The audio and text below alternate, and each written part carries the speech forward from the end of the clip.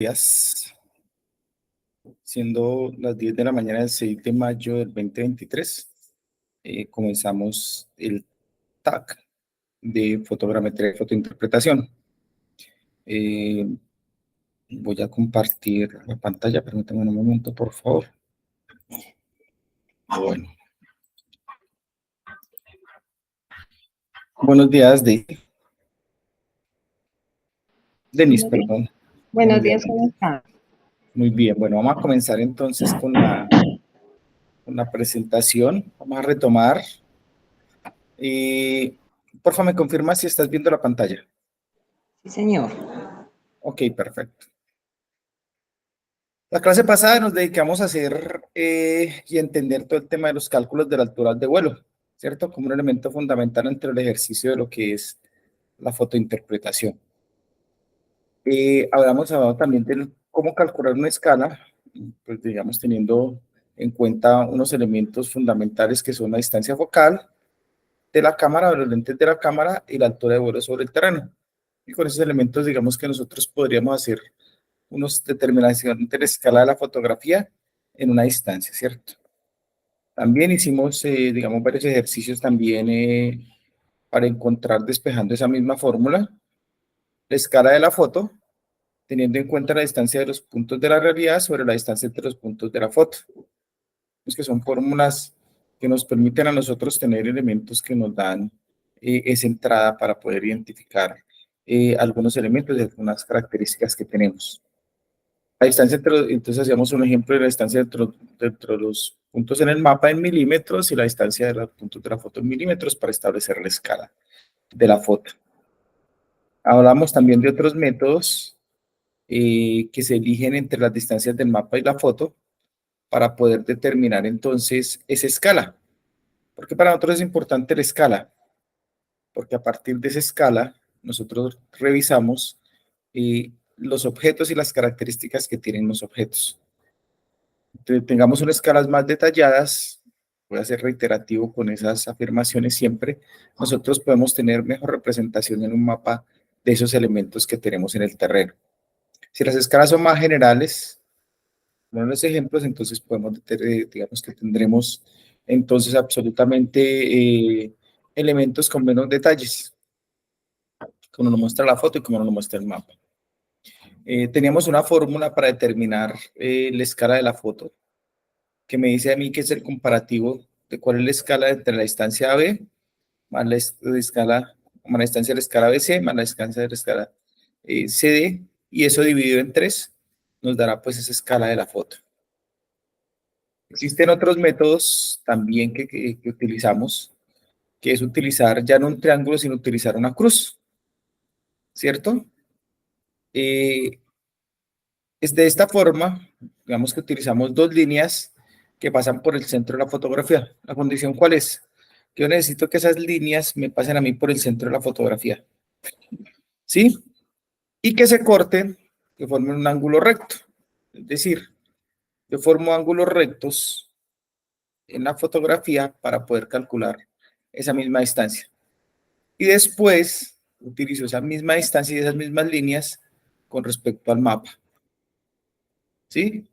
Y lo que tendremos, que es la escala de la foto, es igual a E, a la escala de AB, más la escala, la distancia CD, perdona, que es una C, CD, no, perdón, es una escala CD, ¿cierto? Dividido 2.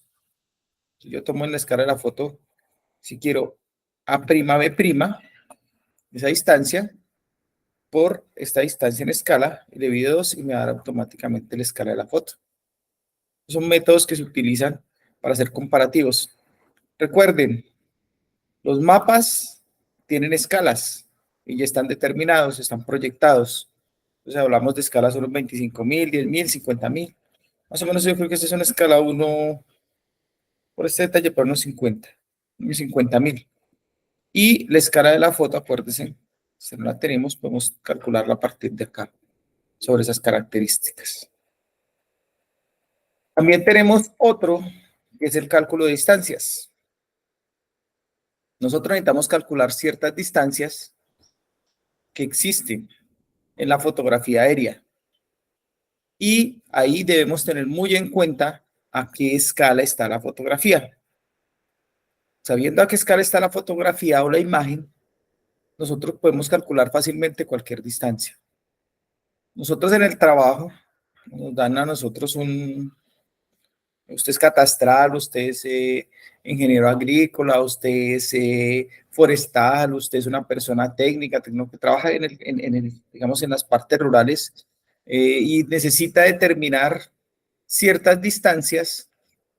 Va a ser un recorrido por un área y necesita calcular qué distancia tengo aproximada desde, digamos, por ejemplo, el punto que yo voy a hacer la muestra hacia otro determinado punto. Voy a recorrer una finca, voy a recorrer una parte rural, voy a recorrer un sector y yo necesito saber más o menos qué distancia tengo. Entonces me dicen, mire, ahí está la foto. Simplemente por un ejercicio de conocimiento, porque para uno, digamos, necesita saber cuánto tiempo es el recorrido o pues necesito calcular cuánto me lleva en el tiempo, si ese tiempo para mí es para llegar al punto donde yo voy a ir a trabajar, donde voy a ir a hacer una consulta, voy a hacer cualquier tipo de investigación, y me dan un paro fotográfico, me dan una fotografía aérea o me dan un mapa. Entonces yo tengo que aprender a hacer esos cálculos. Dice, mire, tome la fotografía aérea para que usted revise cómo está el terreno y a partir de ahí entonces vaya a esos cálculos. ¿Cierto? Entonces, que en las fotografías aéreas verticales, yo puedo utilizar la fotografía aérea individual o el par estereoscópico. Entonces, el par estereoscópico es la continuidad de la otra fotografía que se traslapan en más de un 50%. La distancia de una línea recta se calcula multiplicando la distancia de la fotografía por el denominador de la escala de la fotografía. Es decir, si yo tengo una escala 1 en 25.000, el denominador será 25.000, ¿cierto? Entonces nos dice, la distancia es igual a la distancia en la foto, la distancia de la realidad, o sea, cuánto, si yo voy a ir de este punto A a este punto B en terreno, necesito calcular esa distancia en la realidad, será igual a la distancia en la foto por el denominador de la escala. ¿Listo? Ejemplo, calcular la distancia de un tramo de la carretera si en la fotografía mide 5 centímetros y la escala es 1 en 30.000. Entonces, ¿qué es lo primero que tenemos que hacer? Compañera. Profe, aquí estoy. Estoy como por los laditos porque estoy en la oficina. Bueno, entonces, ¿qué es lo primero que hace uno? Si a mí me dicen, yo tengo en la escala de la foto, digamos, yo mido en la escala de la foto y son 5 centímetros. Entonces, ¿qué es lo que yo tengo que hacer? ¿A qué unidades debo homologar siempre? O calculo en centímetros, o la llevo unidades métricas, o la llevo unidades de kilómetros. ¿Sí? O me refiero 5 centímetros, ¿en qué distancia necesito yo? ¿Cierto? Y lo multiplico, en este caso 5 por 30.000. Me da 150.000 centímetros. Yo los paso a metros, 1.500 metros o 1.5 kilómetros. ¿Listo? Esa es la forma sencilla de entender las cosas. Entonces estás tú sola. Bueno, listo. Vamos, entonces te voy a preguntar. No me corte mucho. No, despacio, tranquila. La idea no es corcharlo, la idea es que aprendamos y que, digamos, tengas eso. Yo también puedo calcular superficies, ¿sí? Y recuerden que las superficies corresponden siempre a áreas geométricas, ¿sí? Si yo necesito calcular el tamaño de un área, siempre debo tener en cuenta la forma que tiene ese espacio. Una forma puede ser regular o irregular. Normalmente, si es una forma regular, pues la asemejamos a una figura geométrica, ¿cierto? El problema es cuando esa forma no es regular, cuando esa forma es irregular. Si el área tiene una forma regular, pues, o un cuadrado perfecto, o un círculo, o un rectángulo, o un triángulo, pues, eso se mide los elementos, ¿cierto? La base, el radio, la altura, se calculan utilizando los elementos que tenemos y se transforman otras medidas en datos reales para después calcular el área en función de su forma. Entonces, aquí hay unas fórmulas que son muy conocidas. El área de un cuadrado puede ser lado por el lado. El área del círculo es pi por r al cuadrado. Pi, que es una constante, por el radio al cuadrado. El del triángulo es base por altura, ¿cierto? El de un rectángulo es base por el largo por el ancho, o la base por la altura, y el del triángulo es una base por altura sobre 2. Digamos que eso hay que recordar la geometría. Nosotros siempre que estamos trabajando, los que trabajamos en cualquiera de las tecnologías o cualquiera de las ingenierías o cualquiera que tenga que ver con el tema de cálculos de áreas, siempre utilizamos esa geometría simple. La geometría euclidiana simple, la geometría que nos recuerda ya todos esos teoremas de Pitágoras, toda esa información. Entonces, siempre debemos tenerla presente. Debemos aplicarla porque es que eso lo utilizamos nosotros. Así hagamos avalúos, simplemente. Siempre debemos utilizar una matemática básica que nos acompañe en todos los sectores y en todas las cosas. Entonces, siempre tenemos que tener en cuenta esos cálculos de superficie. Hay un método que se utilizaba mucho para calcular áreas irregulares. Pues decía, bueno, yo necesito determinar el área de esta figura geométrica roja. Me dicen a mí, bueno, este es un polígono al cual yo necesito sacarle el área de esa fotografía. Digamos que ahora yo ya lo hago con un GIS, con un sistema de información geográfico, y eso automáticamente simplemente le doy algún campo, y con ese campo llego y le digo, créeme el campo de área, y lo calculo, que está proyectado. Pero por X o Y circunstancia, yo necesito, me dan una fotografía aérea o un par estereoscópico, y me piden que no solamente calcule cuánta es la distancia que yo tengo que caminar para llegar a ese punto, sino que también calcule el área al cual yo voy a hacerle un área aproximada en la cual voy a trabajar. Yo no, a través de una fotografía. Bueno, ¿sí? Entonces, nosotros decimos que si el área tiene una forma irregular, se puede medir la superficie con la ayuda de un aparato especial llamado el planímetro. Vemos que ese planímetro es un aparato que ya está descontinuado y que ya nosotros no utilizamos. Pero hay otra muy sencilla que se llama la malla de puntos. Es un método, que inclusive es el método que se utilizó después, se convirtieron en modelos matemáticos, ¿cierto? Que son matriciales, que son matrices, y a partir de ahí se convirtió para poder hacer eso, es lo que hacen los SIG de manera automática. A través de una malla regular de puntos, yo utilizo un papel transparente o utilizo un papel milimetrado, ¿cierto? Teniendo en cuenta que la distancia entre los puntos sean medio centímetro o de 1 centímetro.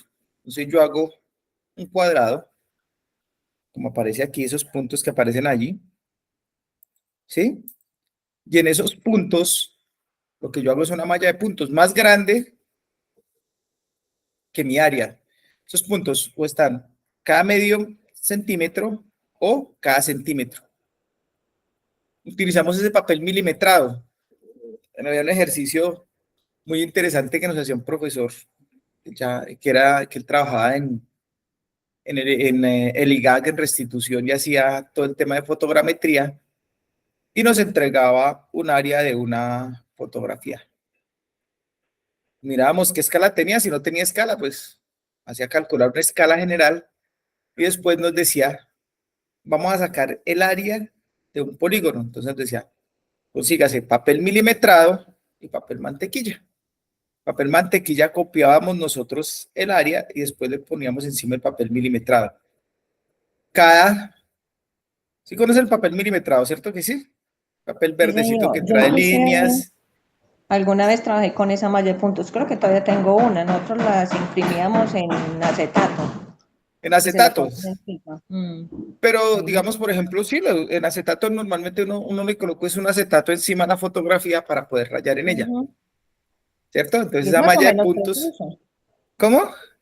Y es más o menos preciso ese método. Sí, pues es que es un método bien interesante. Entonces, acuérdense, utilizamos o media, y eso es, todavía es muy útil porque es que cuando yo me voy a la ruralidad, esté haciendo formación, esté haciendo cualquier tipo de acción, yo necesito calcular ciertas áreas, ¿cierto?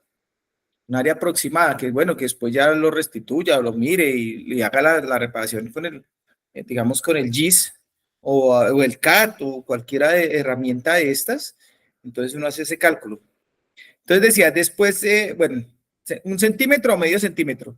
Después en la fotografía se marca el perímetro de la superficie que se quiera medir y por superponemos la malla sobre la fotografía y se cuentan el número de puntos de la malla que se encuentre dentro del perímetro señalado.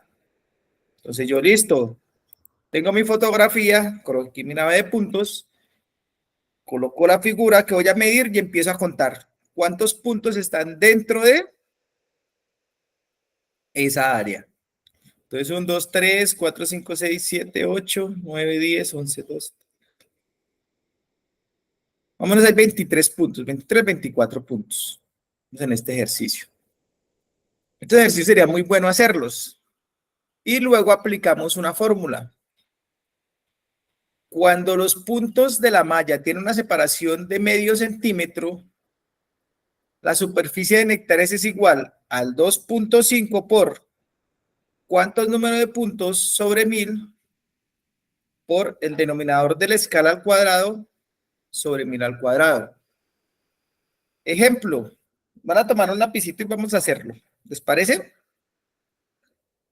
¿Sí? Listo, profe. Listo.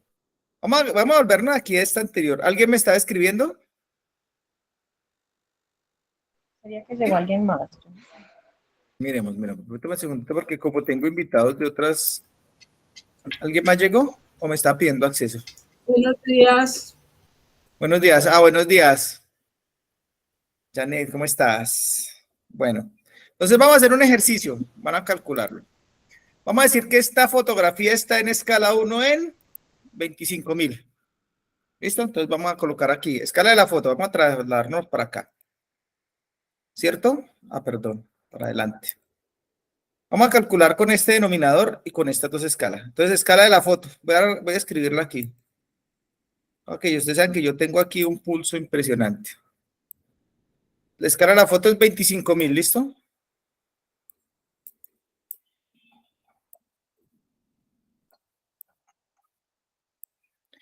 Primero a medio centímetro, ¿listo? O sea, 2.5. Número de puntos. ¿Cuántos números de puntos fue que identificamos? Vamos a contarlos de nuevo entre todos. Me dicen si llegamos a ese número de puntos. Vamos a contarnos, vamos a ir desde acá. Este está del borde, ¿lo metemos o no lo metemos? ¿Qué opinan? A mí me enseñaron, profe, que cuando estaba sobre la línea se contaba medios, se sumaban los medios. Entonces van los medios después. Bueno, entonces vamos a contar primero los enteros y después contamos los medios. Muy bien. Entonces, listo. Adentro, 1, 2, 3, 4, 5, 6, 7. Inclusive si entra, perfecto. 8, 9, 10, 11, 12, 13, 14, 15, 16, 17, 18, 19, 20, 21, 22, 23. Hay 23 enteros, pero ojo que yo tengo varios medios, ¿cierto? Medio, y este medio serían 24, ¿cierto? Este medio y este medio serían 25, este medio y este medio serían 26. Vamos a jugar con ese entero. 26.5, porque este sería medio. ¿Estamos de acuerdo o no estamos de acuerdo? Sí, señor. Listo, 26.5. Ok, vamos de aquí. Vamos a la fórmula. Entonces yo tengo número de puntos. Entonces, como está medio centímetro, decimos número de puntos 26.5 sobre 1000. Yo cojo aquí también la calculadora un segundito. Vamos a hacerlo todos. 26.5 sobre 1000 por denominador de la escala 25.000 al cuadrado sobre 1000 al cuadrado. ¿Cuánto nos da?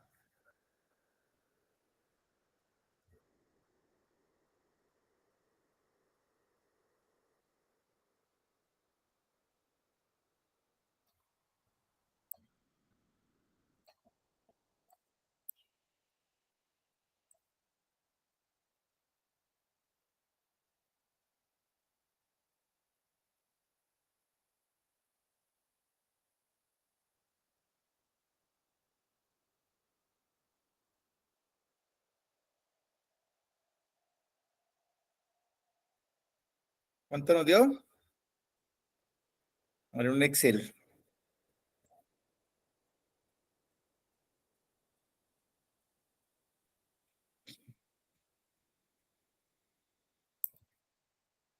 Bueno, un momento, voy a abrir un Excel.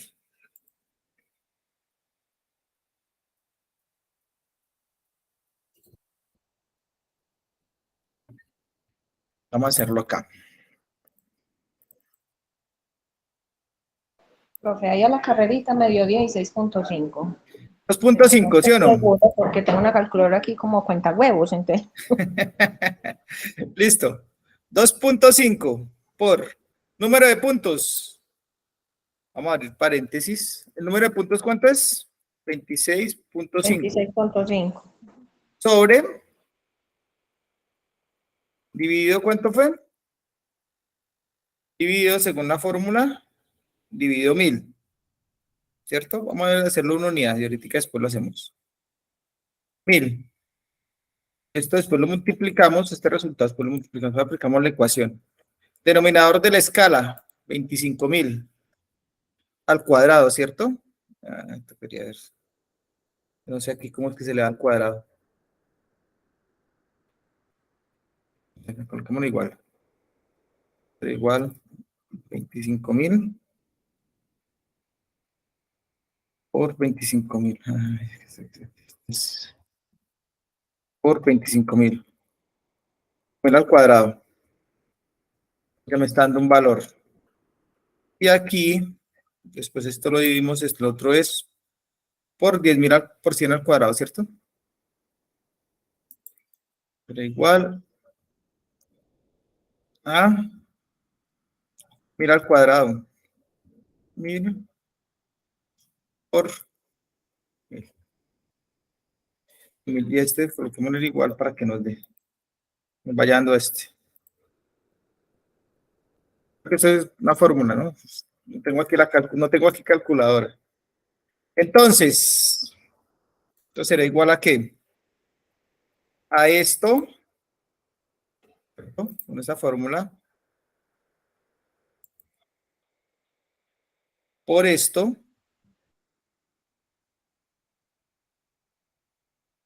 ¿sí? Y aquí este es este dividido este. Pero primero tengo que calcular este. Es que será igual a esto dividido esto. Ahora sí, la sumamos a ver si nos da lo mismo. 2.5 por este por 41.4. A mí me faltó multiplicar ese 41.4. 41. Ajá, ¿Sí? sí, sí, está bien. 41.4 ¿qué? Hectáreas, ¿cierto? Mírela.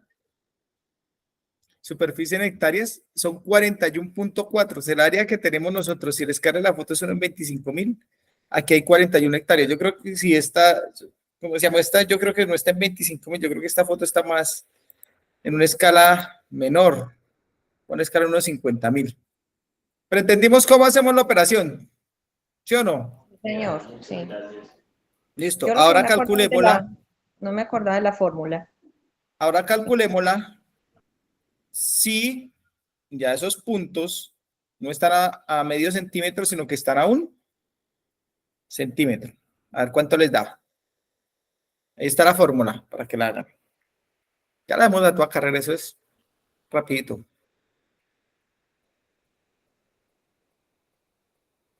Ya lo hacemos aquí ahorita con el Excel para que nos diga si nos da lo mismo. Es la Acuérdense, misma escala, profe, ¿cierto? La misma escala. Lo que diferencia es la distancia sí, de puntos. la distancia de puntos. ¿Qué pasa si yo lo calculo a medios, los mismos puntos? Si están a medio, debe dar, se supondrían, no va a dar lo mismo. ¿Sí o no? ¿O cuánto les da? Porque va a dar Profe, lo pues mismo. ya a los 16.5 me dio. Vamos a verlo, ¿cierto? Pero Vamos a sería verlo. Mariana, tiene que ser lo mismo, profe. En teoría debería dar lo mismo. Pero ¿sabes por qué no? Porque yo estoy multiplicando 2.5. Ujú. no me da lo mismo, no me da lo mismo, que debería ser esto. Profe, lo que pasa es que si los puntos están más separados, entonces hay más puntos, están Hay más, menos. a haber Y este muchísimos punto más es puntos, diferente. claro, a haber muchísimos más puntos, ¿sí?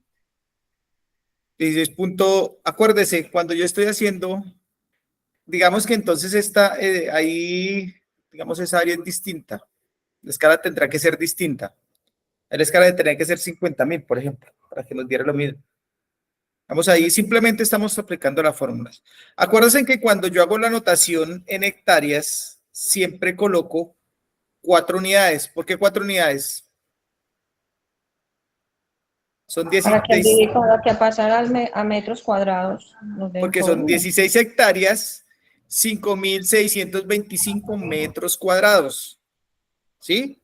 41 hectáreas, 4.600, digamos, por ejemplo, se aproximaría, sería 41,4062.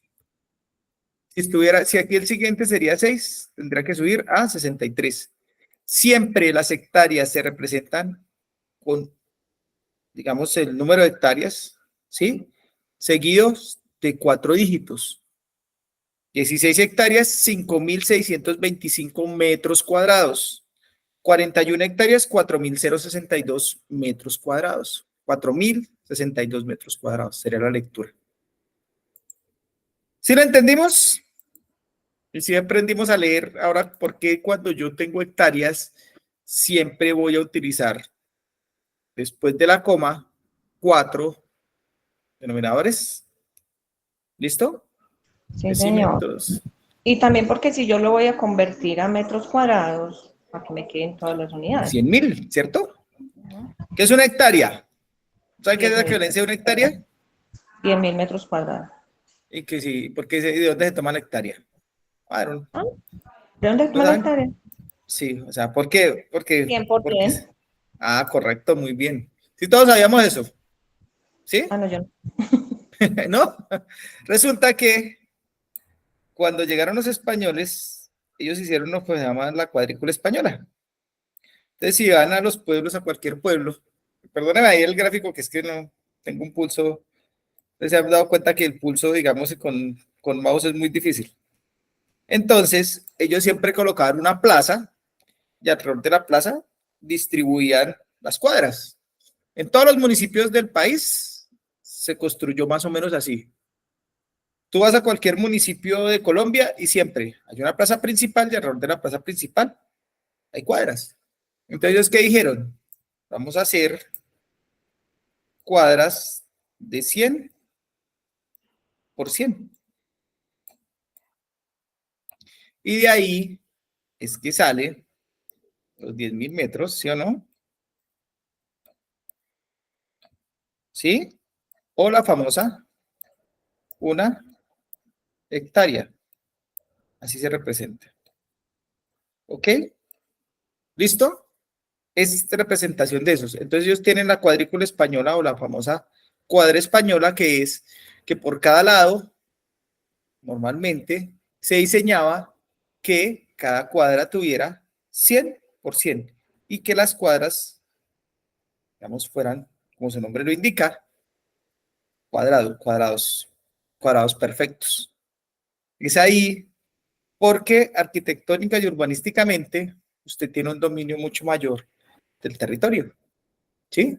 Si yo me paro acá, en cualquiera de estos puntos, puedo mirar hacia el occidente, hacia el oriente en este caso, hacia el oriente, ¿cierto? De la forma en que estoy yo sentado, ¿no? Pues usted puede estar de otra forma, hacia el occidente, aquí puedo mirar hacia el norte, ¿cierto? Y hacia el sur. Esa es la forma del diseño. Por eso nosotros tenemos las nomenclaturas, calles, carreras. ¿Sí? Mire cómo todo se asocia de la misma manera, ¿no? Son cositas que vamos aprendiendo. Ahora sí entendemos el concepto de la hectárea. Sí, ¿Ok? señor. Aunque yo aprendí que la hectárea por lo general es de 80 por 80. ¿Ves? La cuadra, diré, perdón, La la cuadra. cuadra. No. Digamos que lo que pasa es que aquí en Colombia, digamos, nosotros no teníamos, digamos, en Antioquia, pero tú vas a cualquier otro municipio de Colombia y la mayoría siempre trató de hacer eso. Ese principio, no en todos los lugares se puede, ¿por qué? Por las pendientes, por los ríos. Acuérdense que siempre nuestros, digamos, los grandes desarrollos de nuestras grandes ciudades siempre está atravesado por un río. Medellín, ¿qué pasa por la mitad de Medellín? El río, ¿sí o no? El río. ¿Se han dado cuenta? Y que todas las civilizaciones crecieron siempre cerca de los ríos. Claro, todos, casi todos Cali, los pueblos. en todos los pueblos. ¿En qué pueblo vives tú, por ejemplo? Urrao, en el Valle del Río Penderisco. ¿Sí o no? Valle del Río Penderisco. ¿Estoy al lado de un río? Sí. ¿Sí o no? Pero es la relación que tengo yo con el río. ¿Es eso? Entonces, la figura normalmente siempre, desde el tema catastral, o desde el punto de vista catastral, nosotros siempre lo tomamos de 100%. Que en varios municipios la cuadra no me da, ¿cierto? 80 por 80, otra figura que utilizamos. Pero nosotros siempre tenemos, mire que aquí nos están pidiendo en hectáreas. ¿Ok? ¿Entendimos el concepto? ¿Aprendimos las fórmulas? Las fórmulas están ahí. Sí, señor. Ahí nos quedan. Listo. Ahí quedan. Para retomarlas, sí. Retomarlas. Es que es muy chévere. Nunca se les olvide eso, porque por X o Y circunstancia me tocó a mí ir a hacer algo en el área rural. Bueno, llevo el GPS, sí, pero resulta que esta vez, no sé, por X o Y circunstancias antes de salir, me dejaron con una ortofoto, me dejaron con una fotografía aérea, tengo que calcular la distancia, tengo que calcular el área que tengo. Ah, mire, ya me acuerdo. Son métodos que son antiguos, pues porque como les digo, ya todos lo hacemos con GIS, entonces usted en GIS ya mete eso y eso son soluciones, pero es importante saber de dónde vienen esas consideraciones. ¿Listo? Ya todo lo hacemos con tecnología, entonces ya nos hemos olvidado. Vamos a hablar de otro elemento fundamental en la métrica, digamos en la fotogrametría, y es el tema de las cámaras. ¿Sí? Ahora hablamos las actividades que vamos a hacer para la tercera semana. ¿Listo? Entonces, las cámaras aéreas son fundamentales, otro elemento. Bueno, acuérdense que nosotros tenemos emulsiones, hablamos del soporte, entonces ya hablamos de la escala, hablamos de que nosotros podemos hacer mediciones, pero es importante saber qué tipo de herramientas utilizamos. En fotografía, las fotografías o las cámaras son fundamentales. Y la cámara fotogramétrica se denomina cámara métrica. ¿Sí? Y esa cámara métrica es una cámara fotográfica cuyos elementos se orientan de orientación interior son conocidos y cuya calidad geométrica es tal que se puede considerar como una proyección central ideal. Estas cámaras que nos dicen es que son de proyección central. Y este sensor está diseñado especialmente para tomar fotografías desde distintas plataformas aéreas. Entonces, mire, por eso cuando yo siempre llevo de lo clásico a lo nuevo, ¿sí? Las plataformas aéreas las puedo colocar en aviones, en globos, inclusive las cámaras de las aeronaves no tripuladas también están en plataformas. Y lo primero que le dicen a usted cuando toma un dron es, hey, mire, el dron tiene un protector del sensor, de la cámara. Antes de comenzar, revise que el gimbal es la cámara que tiene el sensor, esté libre de obstáculos y se pueda mover libremente para que él, cuando esté en movimiento, corrija esos errores. ¿Cierto? Eso es lo primero que nos dicen a nosotros. Simplemente que el principio, ¿cuál es? Pues que yo tengo una cámara de proyección, una cámara métrica de proyección central, ¿cierto? Que está dentro de una plataforma aérea.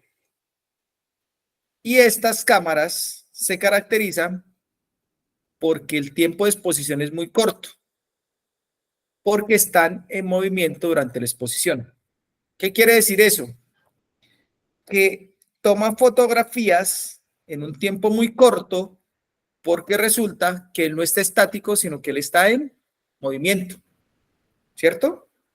Entonces, ¿qué tiene que ser esa cámara? Esa cámara tiene que ser una cámara que toma fotografías de forma rápida y secuencial. Es decir, de forma permanente y rápido. ¿Sí? Estas cámaras presentan obturadores de gran eficiencia. Y las emulsiones, digamos, cuando yo estoy haciendo con fotografías aéreas, emulsiones son como esos líquidos, esas pantallas, esas cintas especiales de variada velocidad que son sensibles a las longitudes de onda comprendidas entre la radiación ultravioleta y el infrarrojo. Nosotros tenemos un rango óptico de visión y esta, digamos que nuestra visión en el espectro electromagnético es muy pequeña. Es tan pequeña que por eso nosotros en el proceso electromagnético tiene una refractancia entre el ultravioleta y el infrarrojo de 0.30 a 0.91 micrones aproximadamente. Eso lo vamos a ver, tranquilo que nos vamos a ver también todo ese tema para entender todo el espectro electromagnético. Este es el modelo de una cámara, ¿sí? Es una cámara aérea 6, digamos que es tomada más de los chilenos, ¿sí? Este es el modelo de una cámara. Ven que tiene un soporte, tiene un lente, tiene una fuente gigante, por eso se utilizan en avionetas, porque son cámaras bastante grandes y bastante pesadas. ¿Listo? Digamos que las cámaras aéreas puede ser hecha tomando como criterio de clasificación diferentes elementos. O sea, yo qué tipo de elemento para tomar qué tipo de fotografía, de acuerdo al tipo de fotografía que yo vaya a tomar o al resultado que yo quiera tomar en la fotografía, yo tengo cámaras de acuerdo a un formato, de acuerdo a un campo angular, de acuerdo a un uso y una inclinación del eje de la cámara. ¿Listo? Esas cámaras aéreas hay diferentes tipos. Entonces, según el formato de la cámara, hay cámaras con formato, digamos, paradójicamente, si bien es como una redundancia, en la clasificación, los grandes investigadores y autores dicen que hay cámaras con formato. Y son aquellas cámaras en las que el formato recuadro, generalmente rectangular o cuadrado, es expuesto a través de objetos de la cámara, de los lentes, permaneciendo fijos durante el tiempo de exposición. Es decir, nosotros hacemos la cámara y la fotografía ya va a venir en un formato determinado. Como les decía, para algunos países latinoamericanos hay formatos de 9 por 12 centímetros. Saco fotografías del tamaño de 9 por 12. El formato de 12 por 18, el formato de 18 por 18 y el que más utilizamos y el que utilizamos en Colombia, que yo les decía, el formato de la foto es de 23 por 23. ¿Sí recuerdan que hemos hablado de eso la clase pasada? Entonces, esas cámaras con formato lo que nos dice es que la fotografía va a salir de qué tamaño la quiere usted. De 9 por 12, de 12 por 18, de 18 por 18 o de 23 por 23. La de 23 por 23 es porque digamos que es un formato más amplio, tengo mayor cobertura, ¿cierto? Y de acuerdo a la escala, pues me va a cubrir más área de terreno o voy a poder identificar mejor los elementos que están en esos procesos. Y de 23 por 23 se utilizaba mucho para el tema de restitución manual, semiautomática, con restituidores, incluso eso tengo compañeros que son muchísimo más de generaciones más recientes, me decían, sí, en el IGACTO ya nosotros trabajábamos en Bogotá con restituidores de fotografías de 23 por 23. ¿Sí? Digamos que estamos haciendo apenas el proceso y el salto de esas cámaras. O sea que muy seguramente en algunos lugares van a tener que utilizar fotografías aéreas. ¿Sí? Si bien utilizamos GIS, si tenemos herramientas, si tenemos cobertura, si tenemos GNSS, ustedes que son de agrimensura deben conocerlos y usarlos. ¿Cierto que sí? ¿Sí los han utilizado? ¿Las antenas GNSS? Chicos, señoritas. No, profe. ¿No han utilizado GNSS? Antenas. Los GPS, profe. ¿Qué GPS han utilizado? Garmin. Los normalitos, pues no. Submétrico. Sí, los sencillitos. No las estaciones esas. No sabe. En la tecnología hay. Ah, sí. No tienen antenas. No, nosotros ni siquiera nos han dado eso. Para ensayar con los aparatos, no. Ah, bueno. Tenemos que programar una salida Yo entre creo que los nosotros, tienen y no pues. nos los han dejado estrenar. Ah, no, los pedimos. Yo ya miro qué hay. Los sacamos. Profe, lo La que idea es que pasa es que ustedes los conozcan. profe, lo que pasa es que nosotros somos la primera promoción, o sea, nosotros somos el ensayo de la universidad. Por No eso hay era que yo le problema. decía a usted por eso yo le decía a usted que quería que programáramos una salida porque pues la profe Charo nos ha explicado mucho y todo, pero no hemos tenido la oportunidad de práctica, con ustedes mismos, acompañados de los docentes, no. Tenemos que hacer una, pero es que a nosotros nos toca, como es un TAC, nos tocaría revisarla como, pero podemos hacerla. Medellín, en Ituango, en donde nos inviten también. Para cacharrear los drones, profe. Tocaría mirar qué dron tenemos y mirar. Pues que Toca hablar con entendí la profe Charo. que la profe Charon dijo que como que apenas estaban consiguiendo uno, no sé cómo fue el cuento. Va a preguntarle. Yo le voy a preguntar y le digo, bueno, listo. Entonces, esas Profe, nos cámaras de vamos para formato. Ahorrado para que nos inviten a comer queso dulce. Ahorrado como es de chévere. Viene ahorrado. Vamos porrado, ¿sí o no? Compañeros que no. No, por donde sea. No, Hacemos por aquí cerca. ella sabe que yo sí me voy. No ha venido porque no ha querido. Ah, bueno. Ya tenemos invitación, ya pues, por lo menos Claro ya que tenemos el sí. lugar. Después Claro que miramos sí. cómo hacemos. Bueno, listo. La exposición es controlada por el tiempo y la abertura del diafragma, es decir, para tomar la fotografía, digamos que hay un tiempo específico en el cual eso es como los lentes de las cámaras, se abren y se cierran, ¿cierto? Y ese lente se llama el diafragma. Y digamos que desde el punto práctico es considerado instantáneo porque eso ya lo hace automáticamente la cámara, ¿sí? Eso es lo que sucede y hace esos procesos. Hay cámaras sin formato, es decir, hay unas cámaras que tienen esos formatos establecidos, como la fotografía que veíamos, que tenía las marcas fiduciales, ¿cierto? Y que tenía un formato blanco y que sale de 23 por 23, y hay cámaras sin formatos. Digamos que son aquellas en las que la imagen se registra en forma continua. Y esas son utilizadas especialmente en las cámaras panorámicas y en las cámaras continuas. ¿Cuál es la diferencia entre las cámaras panorámica y la cámara continua? La cámara panorámica se caracteriza porque el terreno es barrido de lado a lado, en una dirección perpendicular a la línea de vuelo. Yo arranco con mi línea de vuelo y perpendicularmente voy barriendo, ¿sí? Y se obtiene una imagen de buena resolución en la que yo veo ambos horizontes. Esa es la panorámica. Lo que es normalmente, cuando decimos panorámica, es que vemos el terreno y vemos la superficie que está. Vemos que vemos el cielo y vemos el terreno, básicamente, por simplificarlo de alguna manera. Hay cámaras continuas donde se produce la imagen de una franja de terreno y se pasa a través de un orificio fijo.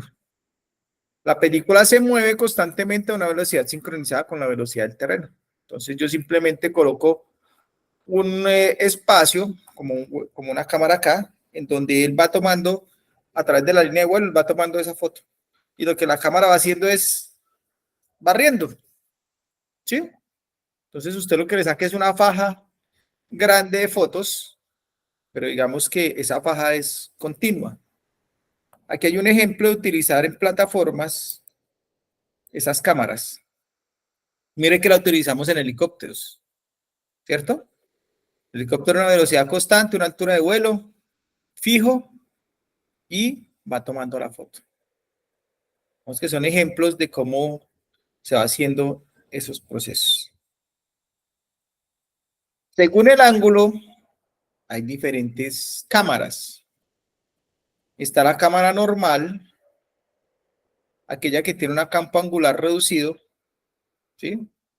Digamos que normalmente una foto está entre el ángulo reducido está entre los 50 y 75%, ¿cierto? Y la distancia focal es de 210 milímetros. Entonces, digamos que aquí uno, con esa cámara angular, hay una cámara gran angular, donde ya la abertura es mucho más amplia. Mire que la diferencia, en la medida en que yo reduzco esa distancia focal, automáticamente la apertura del lente es mucho más grande. Aquí está en 75 grados, la altura está en 210 milímetros, pero aquí está a 90 grados y la distancia está a 150 milímetros. ¿Listo? Y hay una super angular, donde ya la distancia focal es muy pequeña, 90 milímetros, y ya su ángulo llega aproximadamente o sobrepasa los 100 grados. ¿Listo? Estas cámaras, digamos, nosotros dependemos de qué tipo de fotografía vamos a utilizar o qué tipo de fotografía necesitamos para poder hacerla. Normalmente, ¿con cuál la hacemos? Pues con la cámara normal. Para fotogrametría y para fotointerpretación utilizamos la cámara normal. En estas otras cámaras, pues digamos que es para cubrir grandes zonas de terreno y determinar entonces cómo se va comportando ese terreno. Digamos, en este tipo de cámara lo utilizamos para hacer un mayor barrido de terreno. Yo necesito cubrir grandes áreas boscosas, pues para mí es, digamos, como son zonas boscosas, las imágenes que voy a tener simplemente para determinar cobertura vegetal, pues me queda mucho mejor utilizar una cámara gran angular que me cubra gran superficie de terreno, ¿cierto? Porque los detalles ahí son las copas de los árboles o esa gran cobertura y es más fácil tener esas medidas. Mientras que, digamos, para catastros, para vías, para un proyecto específico, una hidroeléctrica, pues voy a tener que utilizar cámaras más normales, una cámara normal. Incluso, en algunos casos puedo utilizar una cámara gran angular, dependiendo de esas características. Cuando ustedes van a comparar un dron, van a revisar un dron, tienen que revisar qué tipo de cámara. No todos los drones, digamos de los pequeños, de los DJI, sirven para hacer estos procesos. Todo el mundo dice que los drones sirven para hacer todo. No todos los drones sirven para hacer todo. Por ejemplo, DJI tenía drones que eran para hacer videos, para hacer fotografías, pues digamos, pero que cuando nosotros empezamos a hacer correcciones encontrábamos muchos errores. Inclusive es el dron, el DJI 2, el segundo, muy bueno, ya el tercero viene con cámaras en otras posiciones, entonces hay que revisar qué tipo de cámara y qué tipo de lente es el que tenemos que utilizar nosotros para fotogrametría. ¿Sí? Si nos dicen que yo tengo una cámara angular o superangular, tengo que revisar si esa cámara sí me sirve o no. ¿Cierto? Tengo que mirar muy bien las especificaciones cuando esté leyendo las características que tiene cada uno de ellos. También hay cámaras según su uso. Hay unas cámaras de reconocimiento, o se denominan nométricas, que son instrumentos que permiten obtener imágenes para la identificación de objetos. Sobre todo cuando tengo objetos de pequeña escala. Y aquí, estas cámaras de reconocimiento son las cámaras, esas fotografías que se obtienen no son aptas para realizar mediciones confiables. Entonces, yo puedo mirar detalles de ciertos elementos que tengo en el terreno, pero con esas cámaras de reconocimiento no me sirven a mí para hacer medidas, porque las medidas no van a ser tan exactas. Si yo voy a comparar la medida con estas cámaras, voy a encontrar que tengo grandes desfases y grandes errores. Entonces, las cámaras siempre deben ser métricas.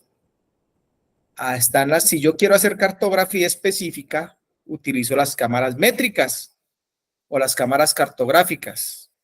Esas cámaras métricas o estas cámaras cartográficas son los instrumentos de mucha precisión y son los ideales, ¿cierto?, para el tema de la fotogrametría.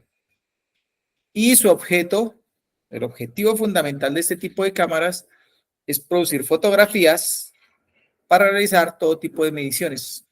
Si yo utilizo cámaras métricas o cartográficas, mi objetivo es para poder hacer mediciones, para poder medir en el terreno, para poder identificar todos los elementos, establecer su forma, su condición y a partir de ahí poder hacer medidas. Una de las características que tienen estas cámaras es que esos elementos, esa orientación que tiene la cámara es muy estable. Hay una calibración de la distancia focal, de las marcas fiduciales y del plano focal. O sea, esas cámaras están calibradas, tienen unas características específicas que las hacen, digamos que las hacen las ideales para el tema cartográfico. Ya hay otras, digamos, según su uso, entonces tenemos cámaras no métricas y métricas. Y según la inclinación de la cámara, tenemos las verticales, en cuyo ojo óptico y la verticalidad forman un ángulo menor a 3 grados, las inclinadas y muy inclinadas, entre los 3 y los 90 grados, y las terrestres, que son las de 90 grados. Nosotros, acuérdense que para fotogrametría también tenemos la fotografía terrestre, y tenemos algunas inclinaciones, digamos que son esas cámaras que utilizamos más como para hacer paisajes, para hacer, y las verticales, que son las que utilizamos nosotros para la cartografía, que deben ser esas. En este modelo vamos a tratar de entender cómo se hace la foto vertical. Entonces, aunque ya la hemos visto, ¿cierto? Nuestro objetivo es tomar un plano de terreno que está comprendido entre los puntos A, B, C y D. El sentido plano del terreno va a ser tomado a través de un sistema de lentes. Llámese cámara, llámese como ustedes la quieran llamar. Ese sentido de lentes me va a sacar una foto a una escala en los componentes A, B, C y D, ¿cierto? Que son estos componentes pequeños, que es la cámara que yo represento. Este gran cuadrado rectángulo lo represento en una pequeña foto y tengo un eje óptico que es absolutamente a 90 grados, mírelo. Para hacer fotogrametría utilizo a 90 grados y ese sistema de lentes de esta foto, este cuadrado pequeño, lo representa en un cuadrado negativo, que es la emulsión o la cámara. ¿Listo? Ese es el principio de la fotografía vertical. Yo tomo la fotografía vertical, miren mi inclinación. Ahora, ¿qué pasa cuando yo inclino la cámara? Si yo tengo un plano inclinado, mi verticalidad, este cuadrado que tenía ya representado, ya el negativo del plano va a tener una variación. ¿Sí? Entonces, si yo inclino la foto que voy a tener en esta distancia AB, pasando por el lente, va a ser muy distinta en el negativo de la distancia BC. Va a tener una inclinación, va a ser diferente. Por eso cuando nosotros hacemos un vuelo y no tomamos este plano vertical en el objeto que sea, llámese aeronave que se llame, avioneta, helicóptero, globo, aeronave no tripulada, no estoy haciendo fotografía métrica, sino estoy haciendo fotografía inclinada, que es una fotografía que me permite a mí, me sirve como imagen. Sí, muy bonita. Puede servir como imagen, ¿cierto? Y ese objeto horizontal no se va a representar, esta misma distancia no se representa de la misma forma, sino que va a tener una inclinación. Entonces me sirve como imagen, pero no para hacer fotogrametría métrica o cartografía. Siempre les voy a molestar con eso. ¿Qué pasa cuando yo hago una fotografía oblicua? En la fotografía oblicua yo voy a tener en los puntos AD una escala mucho más pequeña y en los puntos BC voy a tener una escala más grande. Va a tener una distorsión de la fotografía. Mire que aquí ya no se me comporta como un cuadrado, sino que me comporta como un trapecio. ¿Se dan cuenta de la figura geométrica? Y el negativo también se representará de esa forma. Entonces, esta fotografía me sirve a mí para hacer, digamos, tomar grandes distancias. Pero, aunque el plano esté absolutamente vertical, mire la representación del terreno. Las escalas de representación cambian. ¿Listo? ¿Entendimos esas diferencias? Señor. Ahora sí empezamos a entender mucho mejor todo el tema que tienen esas. Bueno, entonces vamos a hacer una comparación entre lo que es la fotografía, de acuerdo a sus características, con respecto a la vertical, a la inclinada y a la muy inclinada. Vemos que siempre hay un cuadro comparativo. Bueno, ¿y qué pasa? En la fotografía, frente a las características, en el tema vertical, digamos que decíamos, mi inclinación no puede ser mayor o menor de 3 grados. En la inclinada, yo no tengo horizonte. ¿Sí? Simplemente veo el terreno de esta forma, voy con una pequeña inclinación. Y en la muy inclinada, se alcanza a ver el horizonte de la foto. Es decir, yo veo el terreno, pero también alcanzo a ver el horizonte de la foto. La fotografía aérea. La vertical es muy pequeña, la inclinada es pequeña y la muy inclinada es grande. El área de la fotografía. Entonces, si yo tomo un área vertical, pues mi área va a ser reducida, ¿cierto? Muy reducida. Si yo la inclino un poco, pues mi área ya va a ser un poco más grande. Y si yo utilizo una muy inclinada, lo que yo voy a ver es cubrir grandes áreas. Esas son las características. ¿Qué forma tiene esa fotografía vertical? Pues es un rectángulo. ¿Te acuerdas que decíamos que nosotros sacábamos de diferentes formatos? ¿Sí? La inclinada va a tener una forma trapezoidal y la muy inclinada también va a tener una forma trapezoidal. En cuanto a la escala, como voy a hacer fotografía que por interés de nosotros siempre, llamémonos en agrimensura, en catastro, que son los apellidos que tenemos nosotros como tecnología, ¿sí? Que nosotros lo que necesitamos sacar es un plano, una escala uniforme para un mismo plano horizontal. Todas las fotografías deben estar en el mismo plano. En la inclinada, decrece desde el primer plano hacia el fondo. Y en la muy inclinada, desaparece desde el primer plano hacia el fondo. ¿Sí? Acuérdense en las trapecios. Yo voy inclinándome, tengo una medida acá, pero tengo otra medida allá adelante. ¿Qué ventajas tiene? La fotografía vertical es fácil de restituir. Es la ideal. Yo la restituyo de manera fácil, ¿cierto? En la inclinada hay una mayor área recubierta. Puede ser restituida con algunos instrumentos convencionales. Puede ser, pero no me da. Y para la muy inclinada es económica e ilustrativa por su gran recubrimiento del terreno. Es una imagen para mostrar, para ver bonita, para identificar cosas, pero digamos que no tiene esas características. La vertical, ¿cuál es el uso más frecuente de la fotografía vertical? Proyectos fotogramétricos y de interpretación, fotointerpretación en general, ¿cierto? Y fotografías aplicadas a estudios geológicos, forestales y ambientales.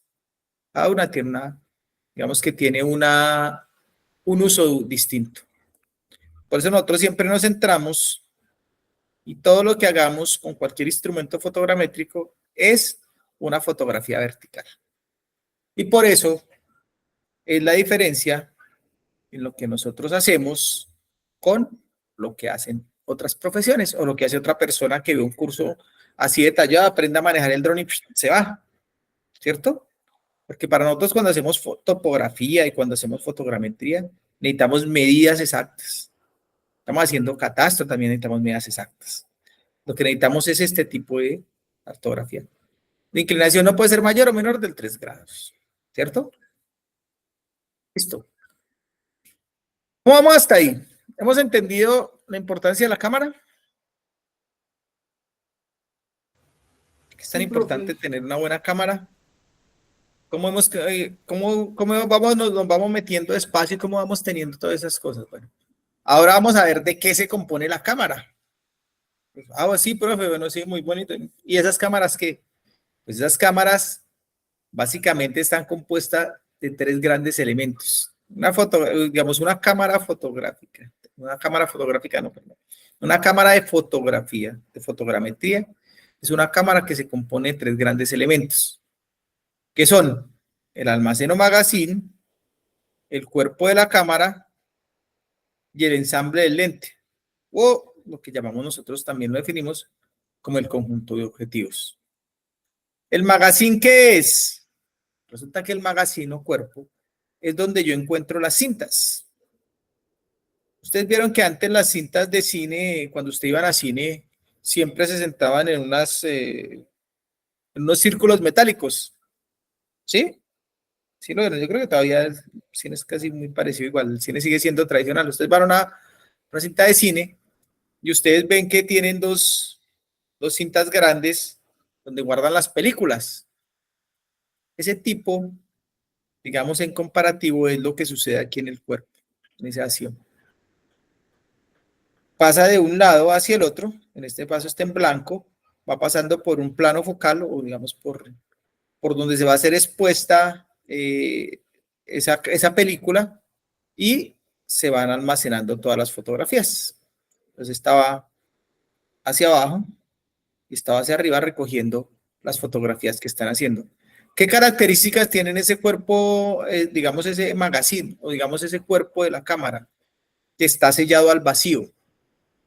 Esas películas están selladas al vacío. ¿Para qué? Pues para evitar que la luz dañe la película que está acá. Digamos que son estas cintas que están acá. ¿Cierto? Entonces aquí hay un vacío para que la película no se vaya a dañar. El magazine, el cuerpo digamos que es todo donde están esos elementos de la distancia focal y de las cintas. La distancia focal es, mire aquí si entendemos esa constante que decíamos, es la distancia entre la película o el almacenamiento y el conjunto de objetivos o lentes. Y en el conjunto de objetivos nosotros tenemos el filtro, que es la parte inferior, digamos que hay un filtro siempre que protege los lentes, un obturador, que es una parte que se abre y se cierra, y un diafragma, donde están los lentes, que por ahí es donde pasa toda la luz y tenemos un eje óptico que siempre debe ser vertical. Esa es la característica que tiene esos elementos. Entonces aquí vamos a descomponer cada uno de esos elementos. El almacén, pues de la cámara, el cual puede ser cambiado durante el vuelo. Digamos, alberga, en él están los rieles que contiene la película, que está expuesto sin exponer. Tiene una capacidad de almacenar 180 metros, 120 metros de películas para más o menos 480 fotografías. Cada rollo de estos, pues, son 480 fotografías. Si yo quiero hacer un vuelo con dron, más o menos, ¿cuántas fotografías se toman con una batería de 25 centímetros, de 25 minutos? ¿Cuántas fotografías puedo yo tomar? ¿Se han hecho ese cálculo? ¿No tenemos idea? O profe. No. Yo puedo tomar alrededor de, si yo voy a hacer, por ejemplo, usted puede tomar casi 400 fotos en un vuelo de un dron en 25 minutos. Dependiendo de la velocidad y la altura, yo puedo tomar ese número de fotos. Y son las mismas fotos que tenemos cuando yo tomo en películas, 480 fotografías. O sea que si yo hago en una, no sé, tengo que cubrir 100 hectáreas, pues puedo hacer va a ser casi 500, no, 500 no, por ahí, unas 1000 fotografías. Ahorita vamos a tener la fórmula también para calcular cuántas fotografías debo yo tomar de acuerdo a una línea de vuelo. Entonces también lo vamos a ver. Este almacén también contiene mecanismos de avance y aplanamiento de la película. Es decir, aquí hay un mecanismo que hace que la cinta que está tomando las fotos siempre permanezca plana. Plana. Siempre debe permanecer plana. ¿Por qué? Porque si hay alguna rugosidad o algún cambio, automáticamente la fotografía se daña. El sistema de vacío, el que se ha dado mayor satisfacción y el más utilizado para realizar el aplanamiento de la película de las cámaras aéreas. Entonces, el sistema de vacío lo que me permite a mí es que no solamente no se dañe la película, sino que la película nunca se me vaya a arrugar. ¿Listo?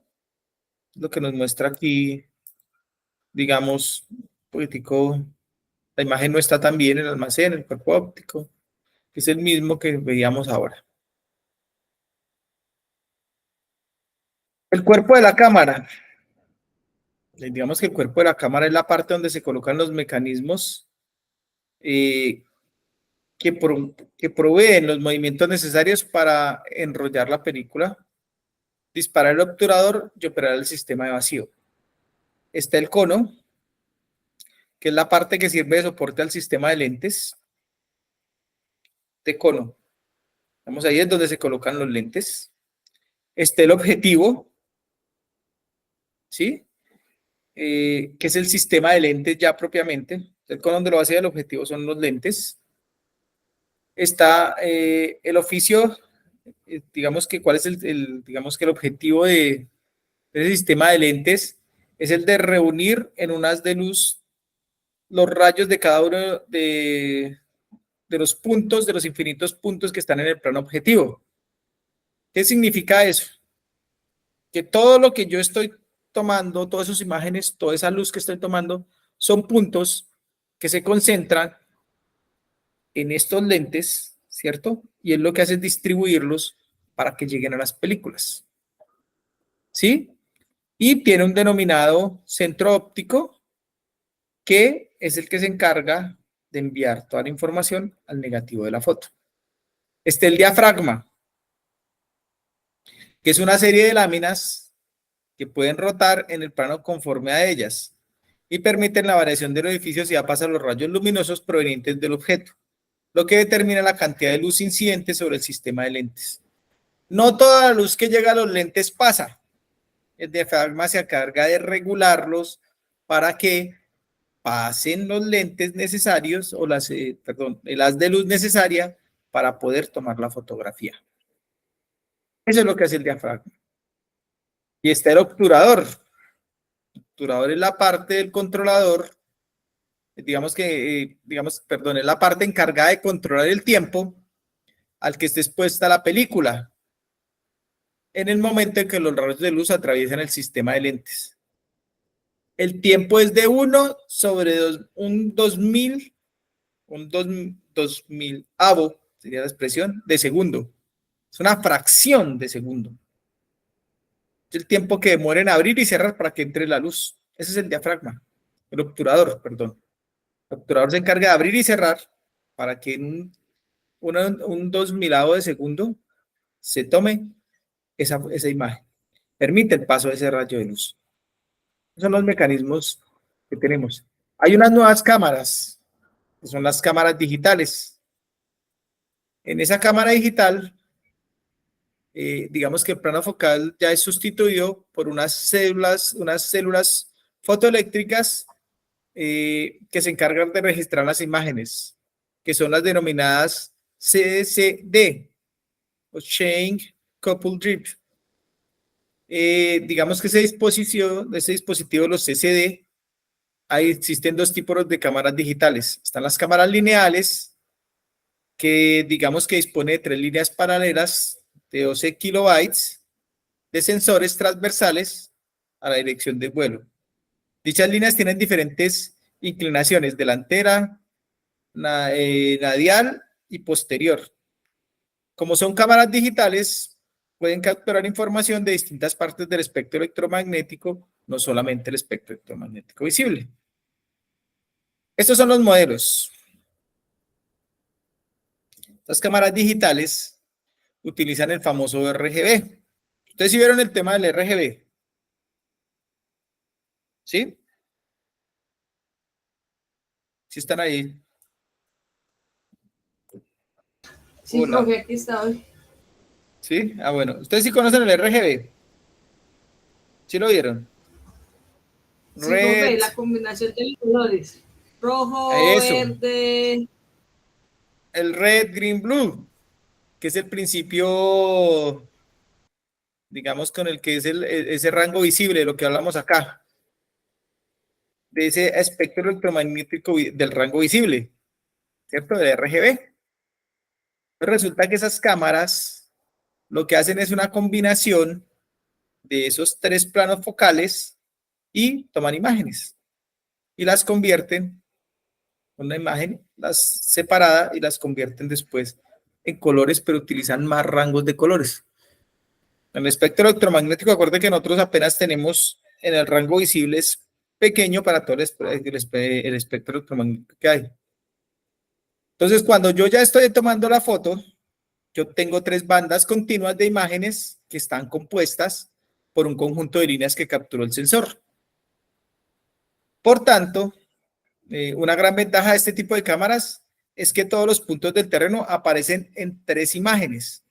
Entonces, todos los puntos que yo tomé, si bien los separo en colores, cada punto aparece en rojo, en azul y en verde.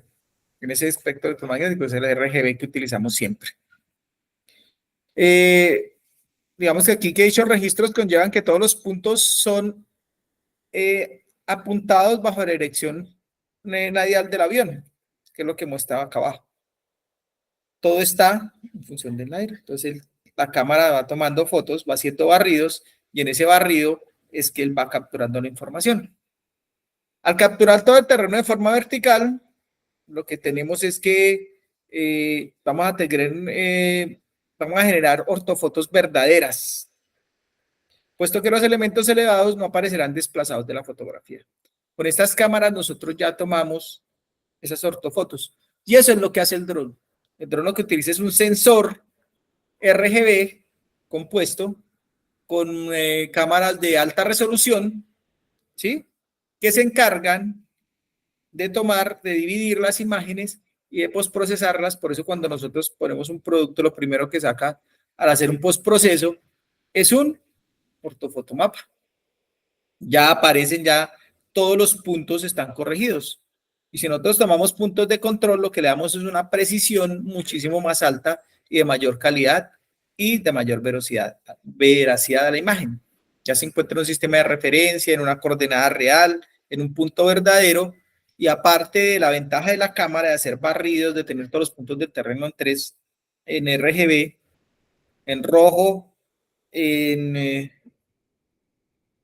azul y en verde, me generan que esas imágenes tengan alta calidad y que estén debidamente orientadas. Digamos que este tipo de cámaras están complementadas por un sistema de posicionamiento global, por un GPS y un sistema inercial que llamaban el INSS y el IMU-13, que es el Inertial System del International Measure Unit, un sistema inercial de medida que registra datos y coordenadas de cada línea. Entonces, aparte de que esta fotografía, por eso ustedes las fotografías que toman con sensores remotos, pues, no, con sensores remotos no, sino que toman con aeronaves no tripuladas, aparte de que tienen una verticalidad que me permiten crear la fotografía, también tienen un sistema de coordenadas. Cada fotografía tiene un sistema de coordenados GPS. Y acuérdense que cuando yo elevo mi aeronave no tripulada, siempre ella va a tomar o estar dependiendo de una posición, ¿sí? Y ella va a tener una coordenada relativa, ¿cierto? Y yo puedo calcular la fotografía, a qué distancia, a qué altura y en qué coordenada está. Y es a partir de ese sistema de posicionamiento inercial y ese sistema de posicionamiento de medidas y el sistema de posicionamiento global o GPS. Y dice aquí que además los restituidores han de estar preparados para trabajar con este tipo atípico de geometría y que precisa la actualidad casi todos los restituidores del mercado cumplen. ¿Qué significa? Que si bien, digamos, hay cámaras muy modernas como las que están aquí, que ya lo hacen, digamos, en aeronaves, en avionetas, el dron o la aeronave no tripulada tiene la característica de que tiene un GPS incorporado y que ese GPS incorporado toma una cantidad de fotografías que me almacena, ya no me lo va a hacer en cintas, ¿cierto? Como en esas películas, sino que ya lo hace de manera digital y yo la subo a un software especializado y ese software ya tiene esas características y me puede hacer la restitución fotogramétrica. Pero mire que el principio es el mismo. Mírenlo. Una aeronave con un instrumento que va haciendo un recorrido. Ese recorrido de esa aeronave está siguiendo unas coordenadas desde digamos, desde un punto fijo que es el piloto. El piloto está controlando el avance a través de un posicionamiento que son las líneas de vuelo que yo le creé y automáticamente cada fotografía va a tener una coordenada específica, un punto específico. Y todos los puntos que yo tomé del terreno tienen una coordenada. Cada punto tiene una coordenada. Por eso nosotros podemos hacer esa restitución. Ese es el principio. Aquí tenemos un modelo de una cámara Leica ADS-40. Es una de las cámaras nuevas que ya, digamos, no utilizan otros principios, otras características. Y aquí tiene el software en el que va usted controlando esas imágenes. Ya las imágenes salen casi que directamente digital a restituidores y a software automáticos. Pero el principio es el mismo para cada un elemento. Hay unas cámaras matriciales, digamos que son cámaras análogas que se componen de matrices y que tienen elementos constantes de 1K por 1K, que quiere decir que yo tengo 1024 por 1024 píxeles. ¿Sí? Tengo sensores 2K, 3K, 4K, 7K, 5K y 9K. ¿Qué significa cuando a mí me dicen que yo tengo que mi sensor, que mi GPS, que mi GPS no, sino que mi UAV tiene cámaras 4K? Pues que el número de píxeles y las imágenes en las que divide el terreno en cuadritos es superior a 1224 por 1224. 1224 es, digamos, un sensor de 1K. Imagínense de 4K, entonces, ¿de cuánto sería? Es un sensor de muchísima más precisión y ese sensor, entonces, nos va dando mejores calidades. Por eso, entonces, 4800K. Serían más de 4800 píxeles. Es decir, yo cojo el terreno y lo divido en cuadritos así. Y cada cuadrito es un píxel. ¿Sí? ¿Recuerdan allá cuando ustedes estaban viendo sistemas de información geográfica? ¿Ustedes cómo los llaman eso? Los llaman, ¿cómo se llama esa materia? Se me olvidó. Que habla de SIC, que habla ay, se me olvidó en sensores. El terreno yo lo represento con puntos, líneas, ¿cierto? O lo represento con píxeles, con cuadraditos. ¿Sí se acuerdan? ¿Sí? Vector y raster. Sí. ¿Sí o no? Nosotros vimos con la profesora Charo ahora en sensores remotos. Vector y raster, ¿cierto? ¿Sí? ¿Cierto que sí? Entonces, sí, profe. Que el píxel es lo mínimo del raster. Exacto. Lo medíamos y todo, cuánto medía cada píxel de cada fotografía que teníamos. Exacto. Entonces, ese píxel está dado por las características que tiene la cámara. Y son composiciones matriciales. Entonces, yo cojo el terreno y lo que hace la cámara, o lo que hace el sensor, no la cámara sino el sensor, lo que hace es dividir el terreno en cuadraditos. que llaman píxel, que es lo mínimo que yo puedo vivir. Y si yo tengo una cámara 4K, significa que voy a tener casi, son de como 40.000 por 40.000, ¿sí? Píxel, el ángulo de eso. Es pequeño y me va a dar mayor precisión. Por eso dice 4K, 5K, y entonces te dice, sí, las cámaras son de muy buena resolución. Eso significa que cuando yo vaya a restituir la imagen va a tener una calidad muy amplia, ¿cierto? Es lo que pasa cuando nosotros nos acercamos en Google Earth y empezamos a acercarnos a una imagen. Llega un momento en que la imagen se me pixela. Es decir, el área que tiene, el mínimo de área que tiene, no me permite acercarme más. ¿Listo? Esos 4K, decíamos, también a este sistema de sensores también se le dota de sistemas GPS e INS inerciales durante el vuelo, pero dichas dotaciones no son imprescindibles como en el caso anterior, ya que la geometría de la toma es igual a la de la cámara análoga. Vemos que lo que tiene es una ventaja en comparación a esas cámaras análogas. Tengo mejor calidad de información. Aquí hay unas cámaras matriciales, ¿cierto?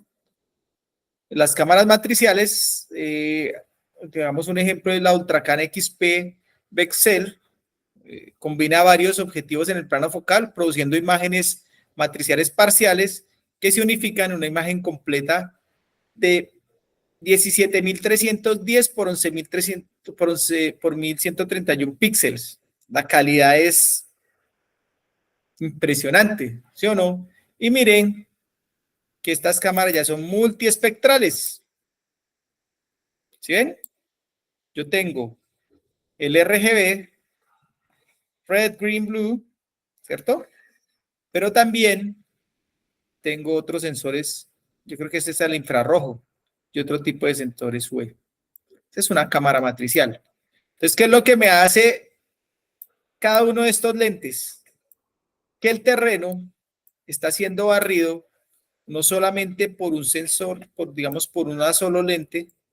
El mismo terreno estaba siendo barrido en el mismo momento por diferentes lentes, por diferentes cámaras. Entonces, lo que hago yo es que multiespectral, ¿qué significa? Que yo estoy tomando en diferentes rangos del espectro imágenes y puntos del terreno y los estoy convirtiendo en píxeles. ¿Sí? Eso es lo que hace la cámara multiespectral. ¿Qué hace el LiDAR? El LiDAR, que también es muy famoso. Lo que hace el LiDAR es que convierte todos los objetos en puntos. Y esos puntos los convierte en una matriz y esa matriz me genera una nube de puntos que después yo puedo construir el terreno. El mismo principio, pero ya no utilizando espectro electromagnético, sino utilizando puntos. Y el LiDAR lo que hace es que yo tengo un sensor láser que se encarga de medir la distancia desde el objeto a la cámara, cuánto demora en llegar, digamos, en rebotar en cada objeto y mido ese tiempo. Y ese tiempo pues son menos de milésimas de segundo. Son microsegundos que demora en que yo lanzo el láser, pegue en el objeto y vuelve a mi cámara. Y esas distancias y ese tiempo se van almacenando y van creando una nube de puntos que después se construyen en una imagen. Esos son los principios de la fotogrametría. Bueno, ya nos quedan 10 minuticos. 5 minutos, 6 minutos nos quedan. Vamos a terminar con la comparación de las cámaras. Y vamos a hacer un acuerdo para dentro de 8 días, que es la semana, para el sábado, que sería el sábado de la semana 3. ¿Les parece? Termino aquí y hablamos un momento. Entonces, las comparaciones de ambas cámaras. Digamos que las ventajas de las cámaras digitales con respecto a las análogas son muchas. Ya incluso las desplazaron, las reemplazaron, pero digamos que todavía nosotros, pues, digamos que nosotros también tenemos que mirar que no podemos hacer unos cambios también por los costos que representan, pero digamos que la tecnología está avanzando a un nivel tan grande que nosotros debemos acomodarnos en procesos tecnológicos. Entonces, dice aquí que la principal es que al no necesitar ser digitalizadas para trabajar con los restituidores, se evitan procesos que introducen errores, tanto geométricos como radiométricos, que influyen en la calidad de los productos fotográficos finales. Entonces, digamos que si yo sigo utilizando los mismos métodos de las emulsiones, yo voy a tener errores tanto en mi geometría como en la radiometría de la imagen y de la foto. Otras cuestiones son la vulnerabilidad de los negativos, es decir, las películas se pueden dañar. Esas películas que yo tenía en 1960, 1970, pues ya se me están perdiendo porque yo tengo que almacenarlas a cierta temperatura, por ciertas condiciones, y esos negativos se van dañando y se van perdiendo. Y yo necesitaba, digamos, ciertas temperaturas, grandes espacios, mientras que ahora, pues yo meto todo en un servidor y en el servidor, pues guardo toda la información. Aunque digamos que también ya los servidores tienen problemas porque son demasiado grandes y tienen demasiada información y todo el mundo los utiliza, pero entonces digamos que es una de las ventajas.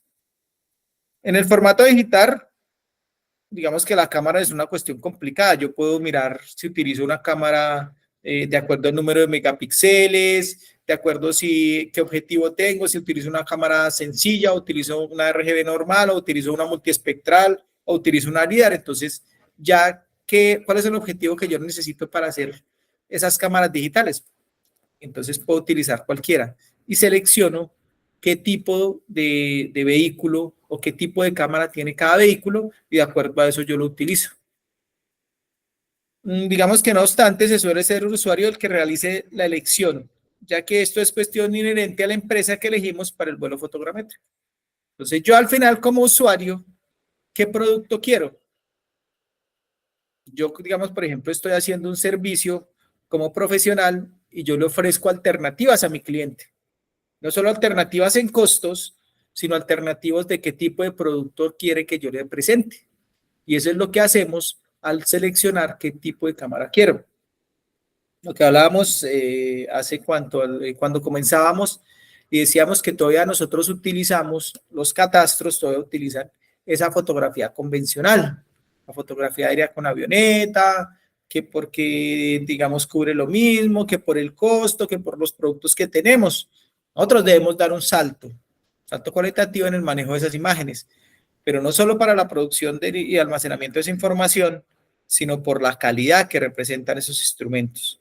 Tenemos que mirar las bondades. Digamos que no podemos descartar de todo el uso de las fotografías aéreas, pero tampoco, digamos, podemos no elegir que tenemos grandes cámaras con grandes resultados y que nos pueden dar mejores precisiones y mejores calidades, ¿cierto? Eso también implica costos, eso también implica inversiones, pero digamos que las inversiones deben medirse en el tiempo. Entonces, al final, siempre es yo como usuario, ¿qué quiero ofrecer? Y así selecciono qué tipo de acción voy a realizar. ¿Qué es más recomendable?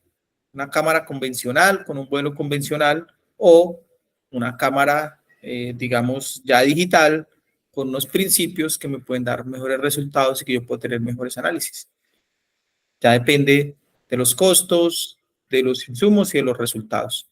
En fotogrametría siempre es yo qué quiero al final estudiar. ¿Cuál es el resultado que yo espero de ese producto para que ese uso de ese producto sea el óptimo? ¿Sí?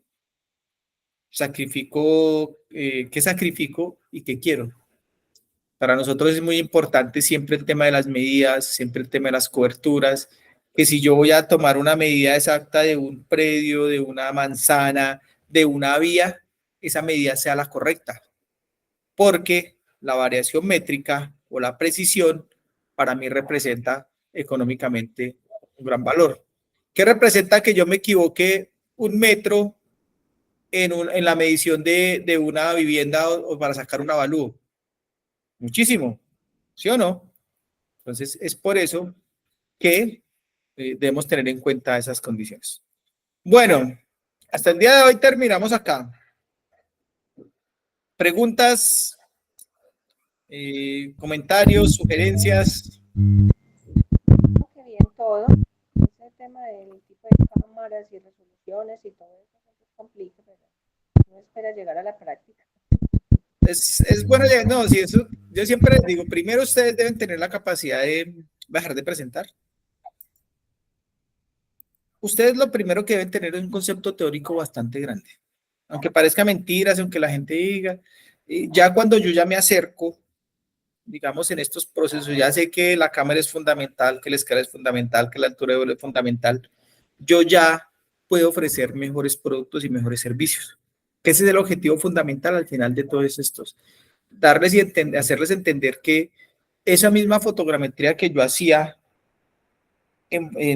con esas fotografías aéreas clásicas, hoy ya la hago con una aeronave, con cámaras digitales y la hago con aeronaves y la hago incluso también con sensores remotos, ¿cierto? Pero los resultados son también iguales óptimos. ¿Y cuál es el objetivo que tenemos nosotros y para dónde vamos? Es como el objetivo. Bueno, compromiso de hoy en 8 días, que es nuestra sesión para la semana número 3. Estamos en concordancia, pues digamos que lo que se hace uno normalmente en clase. Vamos a hacer una pequeña evaluación. En esa evaluación, pues voy a enviarles inclusive, voy a ponerles en el tab, pero no sabría en dónde colocar esa información. O ustedes me escriben y yo les envío la presentación. ¿Les parece? Y con esa presentación, ustedes ya van estudiando y hacemos ejercicios, hacemos una evaluación sencilla en un formulario para que quede como esa constancia de que también nosotros evaluamos todos los avances y todas las teorías. Entonces, por favor, yo sí les pido, los compañeros, todos los que me han pedido, si tienen compañeros que por aquella circunstancia no han podido ingresar, pero que quieren ingresar, me escriban ese correo. Voy a tener la grabación y les voy a enviar